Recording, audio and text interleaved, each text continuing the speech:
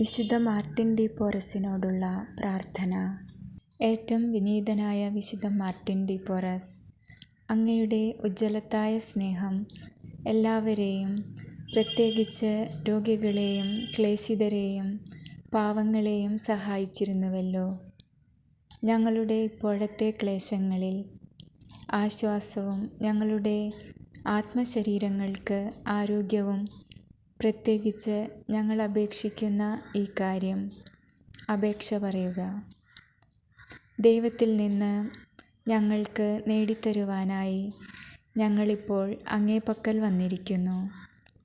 ഞങ്ങളുടെ പാപങ്ങളെക്കുറിച്ച് യഥാർത്ഥമായ മനസ്താപമുണ്ടാകുവാനും ഞങ്ങൾക്ക് നേരിടുന്ന തിന്മകളിൽ നിന്ന് ഞങ്ങൾ സ്വതന്ത്രരാകുന്നതിനും ദയാനിധിയായ സ്വർഗീയ പിതാവിനോട് അങ്ങ് ഞങ്ങൾക്ക് വേണ്ടി മാധ്യസ്ഥം വഹിക്കണമേ.